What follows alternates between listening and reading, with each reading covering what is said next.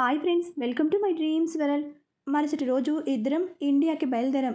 సరిగ్గా వారం రోజుల తర్వాత తన ఫేట్ మారుతుంది. నాకు అర్థం కాలేదు ఆ టైంలో. లార్డ్ వెంకటేష్ నన్ను కొంబు ముంచేశాడు అని. ఒక్కసారి నాకేదైనా క్లూ ఇచ్చుంటే నాకు ఈ గతి పట్టేది కాదేమో. ఈ పాటికి నేను కుట్టి హనీమూన్ చేసుకుని మా నాన్నమ్మకి మునిమనువుని ఇవ్వడానికి ఫుల్ ప్రిపరేషన్లో ఉండేవాడిని. అమ్మ వాళ్ళకి సర్ప్రైజ్ చేద్దామని నేను అనుష విషయం వాళ్ళకి చెప్పలేదు. ఎయిర్పోర్ట్ దిగి క్యాబ్లో ఇంటికి వచ్చేసాం. మా ఇల్లు చూసి తను షాక్ అయింది. ఇన్ఫ్యాక్ట్ చెప్పాలి అంటే నోట్లోకి 2 పెద్ద డైనోసార్లు వెళ్తాయి అన్నట్టుగా నోరు తెరుచుకుని మరీ చూస్తోంది.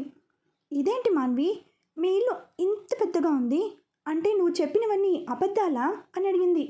అవును అనుష, యాక్చువల్గా నాకు ప్రేమ మీద నమ్మకం లేదు, అందుకే అలా చెప్పాను.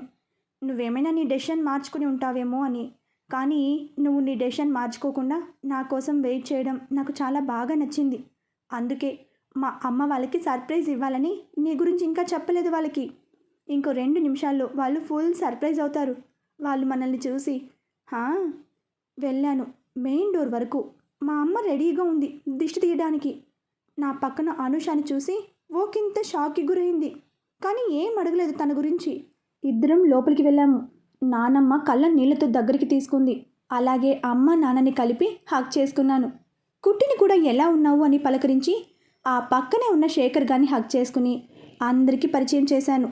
తను అనుష, అమెరికాలో పరిచయం, తనని నేను పెళ్లి చేసుకోవాలి అనుకుంటున్నాను అంటూ వాళ్ళ ఇంటి డీటెయిల్స్ చెప్పి అలాగే మా గురించి కూడా అనుషకి చెప్పాను. అది కాదురా అన్నాడు నాన్న. నేను మాట్లాడే లోపే అయ్యో మామ, అనుష చాలా అందంగా ఉంది, పైగా బాగా చదువుకుంది, మన ఇంటికి తగిన కోడలు అని చెప్పింది కుట్టి. అది కాదు తల్లి అని నాన్నమ్మ అనగానే అమ్మమ్మ ఇంకెవరూ మాట్లాడటానికి లేదు, నాకు బాగా నచ్చింది అంటూ హక్ చేసుకుంది అనుషని. అందరికీ నచ్చ చెప్పింది. థ్యాంక్స్ చెప్పాను కళ్ళతోనే. అనుష వెళ్ళి ఆశీర్వాదం తీసుకోవడానికి నాన్నమ్మ దగ్గరికి వెళ్ళింది. అంతలో కుట్టి బావా నువ్వు కూడా వెళ్ళు, కలిసి తీసుకోండి అని చెప్పింది. నాకు కూడా మంచిగా అనిపించడంతో ఇద్దరం కలిసి నాన్నమ్మతో అండ్ అమ్మ నాన్నతో కలిసి తీసుకున్నాం. ఇక కుట్టి అమ్మకి చెవిలో ఏదో చెప్పింది. అమ్మ ఇంట్లోకి వెళ్ళి ఒక చైన్ తీసుకొచ్చి నాన్నమ్మ చేతిలో పెట్టింది. నాన్నమ్మ అనుషాని పిలిచి అది తన మెల్లో వేసి సంతోషంగా ఉండు తల్లి అని దీవించింది. అనుష కూడా తొందరగానే కలిసిపోయింది. అత్త ఈ హ్యాపీ టైంలో ఏదైనా స్వీట్ చేయి అంది కుట్టి. సరే అని చెప్పి అమ్మ కిచెన్లోకి వెళ్ళింది. కుట్టి అనుష మాట్లాడుకుంటున్నారు. నేను అనుషకి సైగ చేశాను అమ్మ దగ్గరికి వెళ్ళమని. అనుష వెళ్ళిపోయింది. నేను కుట్టి శేఖర్ హాల్లో ఉన్నాం. నాన్నమ్మ అండ్ నాన్న కూడా వెళ్ళిపోయారు రూమ్కి. ఇక నేను గొప్పలు కొట్టడం స్టార్ట్ చేశాను. నాకేం తెలుసు అప్పుడు బిల్డప్ కోసం కొట్టిన డైలాగ్స్ ఇప్పుడు నాకు శాపరుగా మారుతాయి అని. ఏ మాత్రం కొంచెమైనా ఐడియా ఉండుంటే ఆ రోజు అన్ని గప్పాలు కొట్టేవాని కాదు. అంతా నా ప్రారంధం. ఆ రోజు ఏమైనా తెలుసా, అందరూ పెళ్ళికి ఒప్పుకున్నారు అని నేను నా ఇన్నర్ సోల్ భూమి దాగితే కదా ఆకాశంలో పుష్పక విమానంలో ఊరేగుతుంది. ఇప్పుడు ఆ రోజు అనుష నా పెళ్ళాం పెద్ద భారీ డైలాగ్ కొట్టాను. అది పట్టుకుని కాల్చుకు తింటుంది ఈ కుట్టి. కాసేపు అయ్యాక అనుషాని తీసుకుని వెళ్ళి వాళ్ళ ఇంట్లో దింపేసి అంకుల్ వాళ్ళతో మాట్లాడి వచ్చాను. వాళ్ళకి కూడా నేను నచ్చాను. ఆ తర్వాత రోజే వాళ్ళొచ్చి సంబంధం ఖాయం చేసుకుని వెళ్ళిపోయారు. ఇంతవరకు బాగానే ఉంది కదా, మీకు కూడా బాగానే ఉంది అనిపించింది కదా. అసలు కథ ఇప్పుడే మొదలైంది. ఏం కథ అనుకుంటున్నారా? హర్రర్ చూసారా? అది చూస్తే ఎలా భయపడతామో అంతకంటే ఎక్కువ భయపడ్డాను. ఎప్పుడు అంటే నా పెళ్ళి కుదిరాక ఓ వారం రోజుల తర్వాత. ఆ రోజు మార్నింగ్ 11కి లేచాను. ఫ్రెష్ అయ్యి కిందికి వచ్చేసరికి చాలామంది ఇంట్లో ఉన్నారు. వాళ్ళెవరో నాకు అర్థం కాలేదు. కిందకి వెళ్ళాను. నాన్న వాళ్ళకి పరిచయం చేశాడు. అప్పుడు నేను ఎవరు అన్నట్టుగా ఎక్స్ప్రెషన్ పెడితే అప్పుడు నాన్న చెప్పాడు తను రవిచంద్రన్ కుట్టిని చేసుకోవడానికి వచ్చారు అని. అంతే, నా గుండెల్లో అణుబాంబు పేలినంత పని అయింది. నా గుండెల్లో మంట లావాలా పొంగి పొరలి బయటికి వచ్చింది. కానీ ఆ టైంలో ఏమైనా అంటే బాగోదు అని మేకులు కొట్టిన చెక్క మీద కూర్చున్నట్టు కూర్చున్నాను సోఫాలో. కాసేపు అయ్యాక కుట్టిని తీసుకొని వచ్చారు. ఆ రవిగాడు గుచ్చి గుచ్చి చూస్తున్నాడు. నాకు వాడు అలా చూస్తున్నప్పుడు నాకు ఆయిల్ బర్న్ అయినట్టుగా ఉంది. ఫుల్ ఫ్రస్ట్రేషన్లో ఉన్నా. పర్లేదు, వాడు కూడా బాగానే ఉన్నాడు. ముంబైలో ఐఐటి ఇంజనీర్ అయ్యింది. ఆస్తులు కూడా బాగానే ఉన్నాయి. మామూలుగా నేను ఎవరికి కూడా రెస్పెక్ట్ లేకుండా మాట్లాడను. కానీ నాకు వాడిని చూస్తుంటే మాత్రం గుండెలు మండిపోతున్నాయి. నేను వాడు ఒకేలా ఉన్నాం. కాకపోతే వాడికి స్పెట్స్ ఉన్నాయి, నాకు లేవు. మిగతావన్నీ సేమ్. ప్రెజెంట్ వాడు నాకు కామెడీ విలన్లా అనిపిస్తున్నాడు. నాకు బీపీ 200 దాటిపోతుంది. ఇది కాకుండా వాళ్ళిద్దరినీ ప్రైవసీ కోసమని గార్డెన్కి పంపించారు. అది ఇంకా మండిపోయింది అందరి మీద. ఏం మాట్లాడారు అని ఓ రేంజ్లో. అంటే కేజీఎఫ్ 2 సినిమా కోసం ఎంత ఎగ్జైటింగ్గా ఉంటుందో అంతకంటే ఎక్కువగానే ఉంది. కాసేపు అయ్యాక ఇద్దరూ వచ్చారు. వాడు నాకు అమ్మాయి నచ్చింది, తనని కూడా అడగండి అని ఏదో త్యాగమూర్తిలా చెప్పాడు. కుట్టి ఏం చెప్తుందో అని గోర్లు బ్రేక్ఫాస్ట్ చేస్తున్నా. ఇక కుట్టి కూడా మీ ఇష్టం మామా అంది. అది నాకు అసలు ఒక చోట ఉండనివ్వడం లేదు. కుట్టి మీద కోపం అంతకంతకు పెరిగిపోతుంది. కాసేపు అయ్యాక వాళ్ళు కుట్టికి మెల్లో హారం వేసి మా కోడలు బంగారం అని మెచ్చుకుని పాస్పోర్ట్ కూడా రెడీ చేసుకోమని చెప్పి వెళ్ళిపోయారు. ఆ తర్వాత కుట్టిని తీసుకుని అమెరికా వెళ్తాడంట. అందరూ వెళ్ళాక నాకు బాగా కోపం వచ్చింది. అందరి మీద గట్టిగా అరిచేశాను. కుట్టికి పెళ్లి చేయడం ఏమిటి అని. కుట్టి మన ఇంట్లోనే ఉంటుంది, ఎక్కడికి పంపించను అని చెప్పాను. శేఖర్ గాడు మధ్యలో దూరి అదేంట్రా, నువ్వు మాత్రం పెళ్లి చేసుకోవచ్చు కానీ కుట్టి చేసుకోకూడదా అన్నాడు నా దగ్గరికి వచ్చి. నాన్నమ్మ కూడా అదే సమాధానం అన్నట్టుగా నా వైపు చూసింది. అసలు నేను కుట్టిని ఎక్కడికి పంపించను, దట్స్ ఆల్ అని గట్టిగా అరిచాను. కాసేపు కామ్గా ఉన్నారు అందరూ. అంతలో నాన్నమ్మ, మరి కుట్టికి పెళ్లి చేయకుండా అలానే ఎలా ఉంటుంది మన ఇంట్లో? ఇప్పటికే లేట్ అయింది. నువ్వు అమెరికా నుండి రావడం కోసం అని ఆగాము అంతే.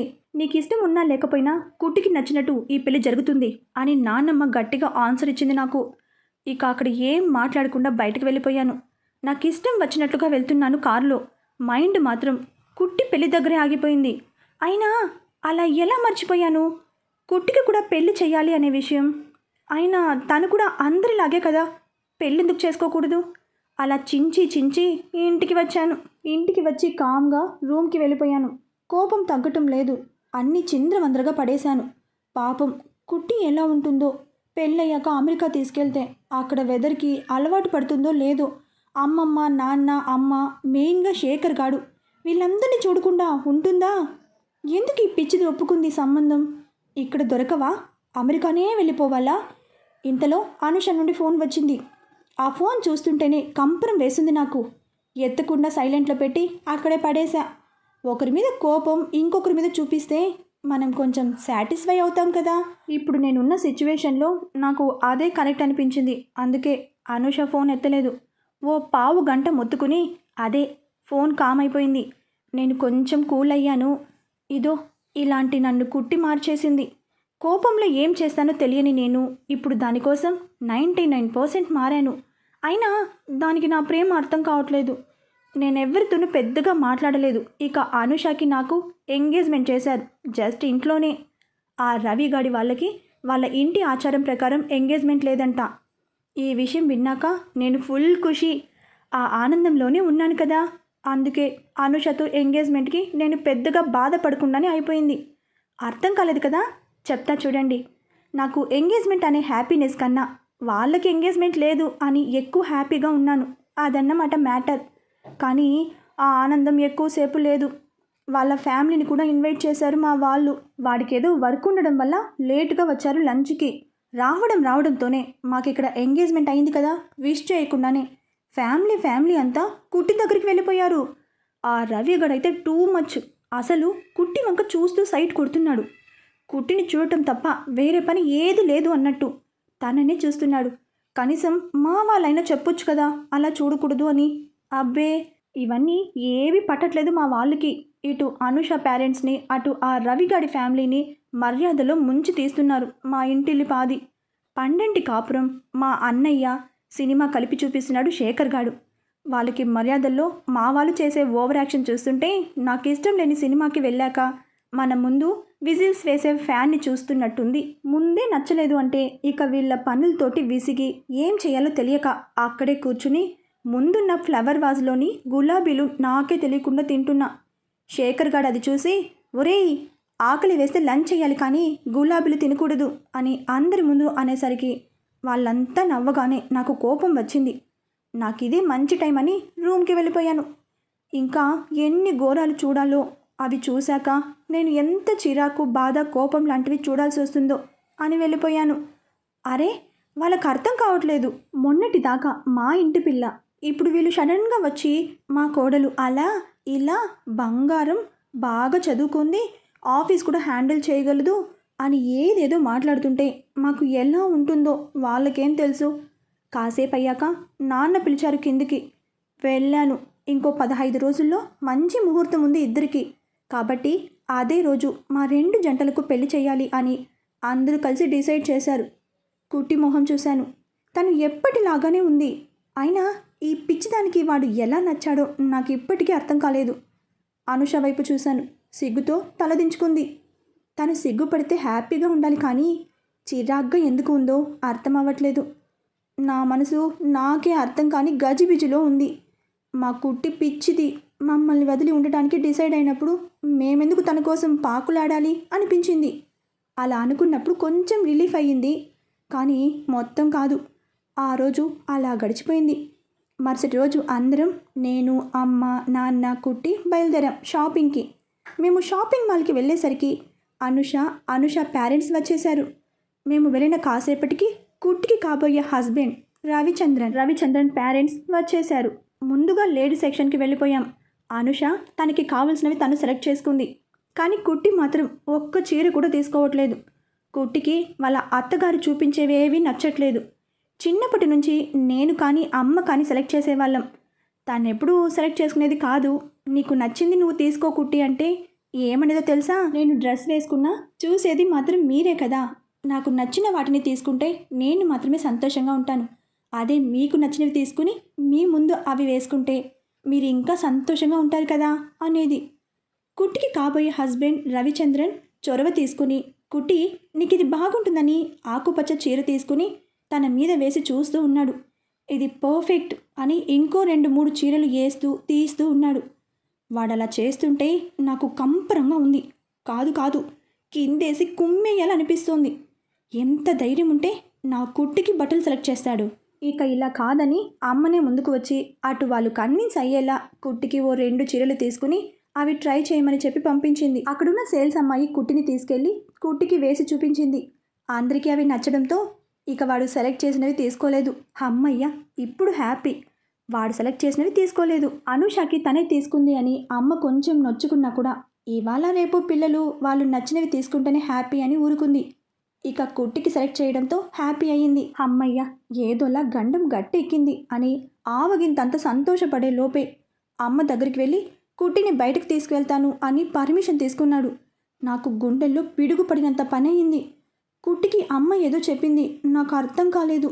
కానీ కుట్టి కూడా ఒప్పుకుంది. లార్డ్ వెంకటేష్, ఎందుకు ఇంత పగ నీకు? పాపం మా కుట్టికి ఏం తెలియదు. వాడెంత టార్చర్ చేస్తాడో. కుట్టికి ఈ విషయం ఎందుకు అర్థం కావట్లేదో నాకు సమజ్ అవ్వట్లేదు. అందరి షాపింగ్ అయ్యాక నన్ను కూడా అనుషాని తీసుకుని వెళ్ళమని చెప్పింది అమ్మ. కానీ వాడు కుట్టిని తీసుకుని వెళ్తుంటే నేను ప్రశాంతంగా ఎలా ఉంటాను? అందుకే అమ్మ, నాకు ఇప్పుడు కుదరదు, తర్వాత వెళ్తాం మేమిద్దరం అని చెప్పాను. అనుష కూడా అత్తయ్య, నాకు ఇవాళ ప్యారలల్ అపాయింట్మెంట్ ఉంది అని చెప్పింది. నాకు అమ్మయ్య అనిపించింది. కానీ మరి వాడి నుండి కుట్టిని కాపాడాలి. అదే నా ముందున్న తక్షణ కర్తవ్యం. అందుకని అమ్మని షాపింగ్ కవర్స్ అన్నీ కార్లో పంపించేసి కుట్టి వాళ్ళు ఎక్కడికి వెళ్ళారో అక్కడికి 220 మీటర్ స్పీడ్లో దూసుకుని వెళ్ళాను. రెస్టారెంట్కి తీసుకెళ్ళాడు. వాళ్ళకి పక్కన కొంచెం ఇంకో టేబుల్ దగ్గర కూర్చున్నాను. వాడు 32 పళ్ళు ఉన్నట్టు బయటకు పెట్టి మరీ మాట్లాడుతున్నాడు. నాకు ఐరన్ని లిక్విడ్ చేయడానికి ఎలా బర్న్ చేస్తారో ఆ రేంజ్లో నాకు బర్న్ అవుతుంది. ఐస్ క్రీమ్ ఆర్డర్ చేసినట్టున్నాడు. దీనికి ఇదో రోగం. ఐస్ క్రీమ్ ఉంటే చాలు, ముందర ఏం జరుగుతుందో కూడా పట్టించుకోదు. కుట్టి, వాడు నీకు సైట్ కొడుతున్నాడే, కొంచెం చూసుకోవే. ఈ పిల్లకి ఎంత చెప్పినా మాట వినదు. అయినా నా కర్మ కాకపోతే మా కుట్టిని తీసుకెళ్ళి వాడి ముందు కూర్చోబెట్టడం చండాలంగా ఉంది. ఇక ఇలా కాదు అని బయటికి వచ్చి కుట్టికి కాల్ చేశాను. బయట ఉన్నాను వచ్చేయమని. కాసేపు అయ్యాక వచ్చేసింది. ఇప్పుడు చాలా ప్రశాంతంగా ఉంది. వాడి బారి నుండి మా కుట్టిని కాపాడుకున్నాను.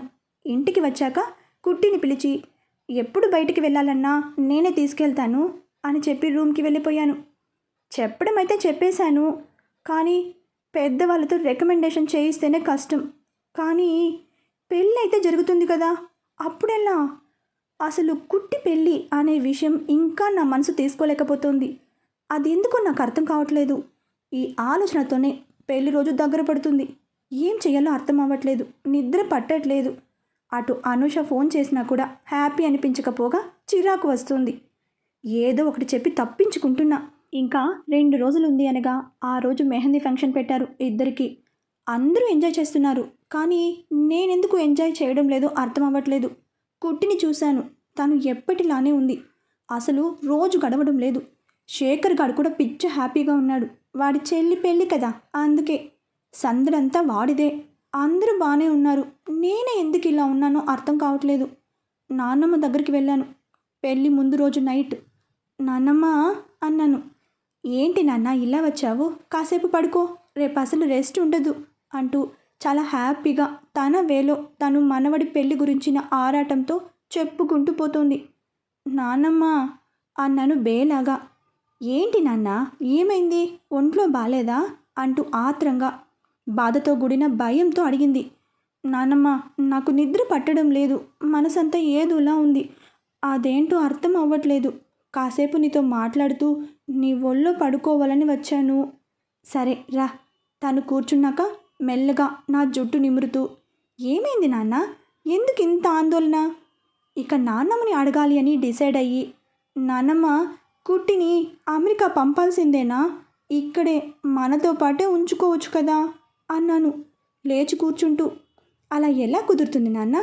పెళ్ళయ్యాక వాళ్ళు చెప్పినట్టు ఉండాలి, కానీ మనతో ఎలా ఉంచుకుంటాం? ఇక ఆ విషయం మర్చిపోయి సంతోషంగా పెళ్లి చేసుకోనన్నా అంది. అదేంటి నాన్నమ్మ, నువ్వు కూడా కుట్టిని దూరం చేసి మాట్లాడుతున్నావు అన్నాను కొంచెం కోపంగానే. నాన్నమ్మ ఇంకాస్త కోపంగా, పిచ్చి పెట్టిందా? పెళ్ళయ్యాక కుట్టి ఎలా ఉంటుంది మన ఇంట్లో? అయినా అదేమైనా నీ పెళ్ళామా ఇక్కడే ఉండటానికి అని గట్టిగా ఉంది. ఆ టైంలో నాకు నా మైండ్లో ఒక్కటే రన్ అవుతుంది, కుట్టి నా పెళ్ళామా అని. నాన్నమ్మ అలా అనేసరికి కామ్గా అక్కడ ఉండకుండా రూమ్కి వచ్చేసా. అసలు ఈ విషయం ఎలా మర్చిపోయాను? కుట్టి నా భార్య అయితే కుట్టి నాతోనే ఉంటుంది కదా. ఇంత చిన్న విషయం నేను ఎలా మర్చిపోయాను?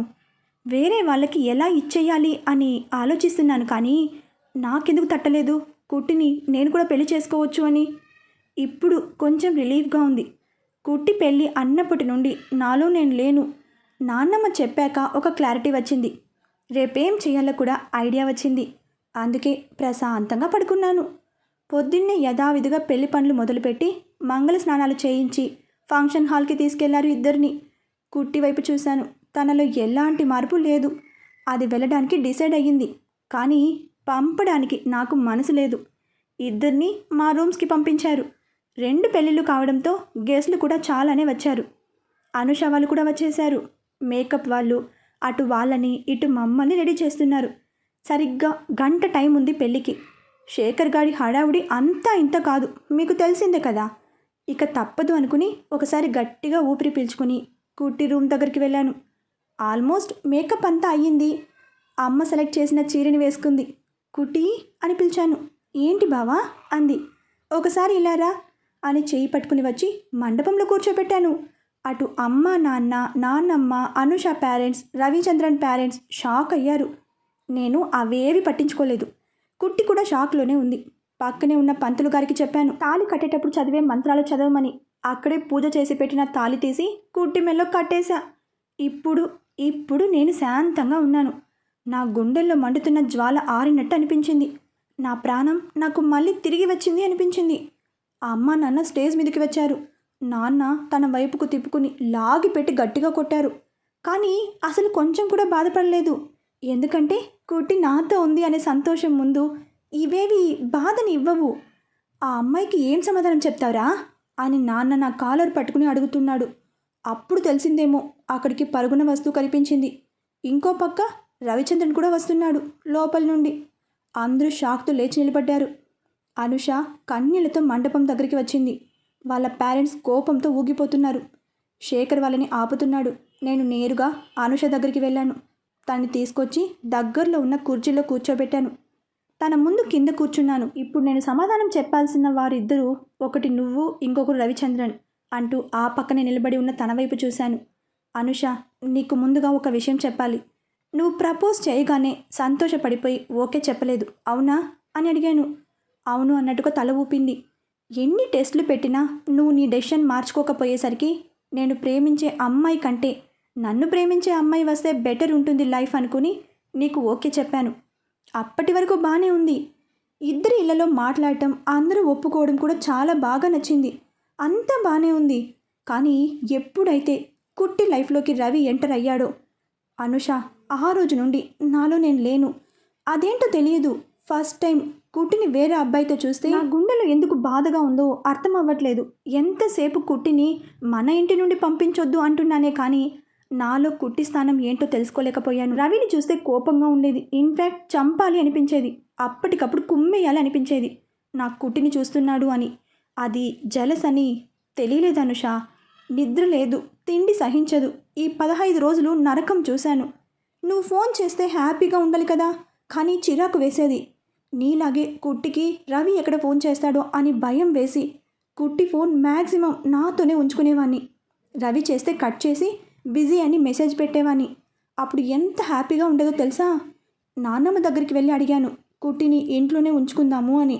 కానీ బాగా తిట్టింది. అలా ఎలా ఉంటుంది, అదేమైనా నీ పెళ్ళామా అని రాత్రి నాన్నమ్మ అనే వరకు నాకు అసలు అలాంటి ఆలోచన ఎందుకు రాలేదో నన్ను నేను తిట్టుకున్నాను. అందుకే ఇలా చేశాను. ఇప్పుడు నిజంగా ప్రపంచాన్ని జయించినంత ఆనందంగా ఉంది. ఇప్పుడు నాకు రవిని చూస్తే ఎలాంటి కోపం లేదు. అసలు ఈ ఫీలింగ్ ఏంటో కూడా నాకు అర్థం కావట్లేదు. బహుశా నాలోని ప్రేమ నా ఇంట్లోనే ఉంది అని తెలియదు అనుష. నీకు చేసిన అన్యాయానికి నువ్వు ఏ శిక్ష వేసినా ఆనందంగా భరిస్తాను. ఈలోపే అనుష వాళ్ళ నాన్న నన్ను కొట్టడానికి ముందుకు రాబోయాడు. అనుష లేచి ఆపింది వాళ్ళ నాన్నని. ఎందుకు నాన్న, తను ఎందుకు బాధ పెడతారు? తను ముందు నుండి కరెక్ట్గానే ఉన్నాడు. నేను ప్రేమించాను అని చెప్తేనే, అది కూడా 2 నెలల తర్వాత ఓకే చెప్పాడు. అయినా అంతా అయిపోయాక ఇప్పుడు కొట్టిన లాభం ఏంటి నాన్న అని గొంతులో బాధ స్పష్టంగా కనిపిస్తుంటే అంది. వాళ్ళ నాన్నని పట్టుకుని ఏడ్చేసింది.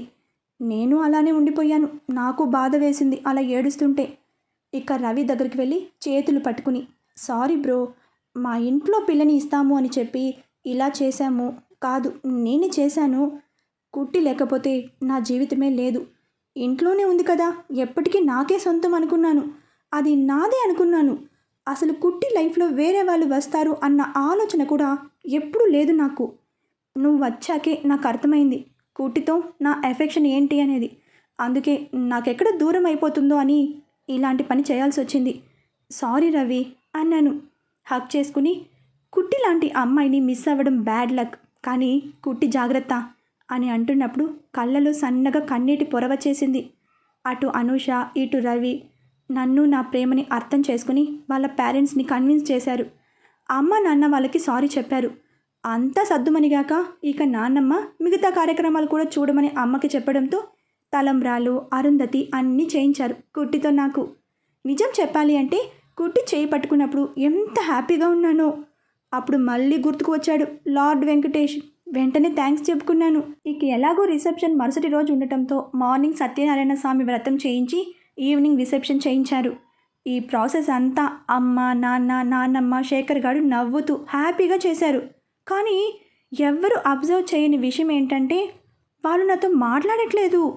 నాకు అంతా అయ్యాకే ఆ విషయం అర్థమైంది. ఆఫ్కోర్స్ నేను కుట్టి వచ్చింది అన్న ఆనందంలోనే నా చుట్టూ ఏం జరుగుతుంది అనేది పట్టించుకోలేదు. ఆ మరుసటి రోజు ఫస్ట్ నైట్ పెట్టారు. ఆ తర్వాత జరిగిన విషయాలన్నీ మీకు తెలిసినవే. గుర్తు లేకపోతే ఫస్ట్ ఎపిసోడ్ నుండి చదవండి. ఇప్పుడు అర్థమైందా మా వాళ్ళు ఎందుకు మాట్లాడటం లేదో? నేను చేసిన పని మామూలుది కాదు అని. మన కుట్టి ఎంత మంచిది. మాన్వికి చాలా హెల్ప్ చేసింది. ప్రతి పనిలోనూ వెనక నుండి నడిపించింది. ఈ విషయం మన హీరోకి లేటుగా అర్థమైంది. అందుకే ఈ పరిణామాలు. కుట్టి కొంచెం కూల్ అయింది. ఇంకా ఇంట్లో ఉన్న వాళ్ళని ఎలా కూల్ చేస్తాడో తర్వాతి అప్డేట్లో తెలుసుకుందాం. బాయ్ ఫ్రెండ్స్, మరొక భాగంతో కలుసుకుందాం.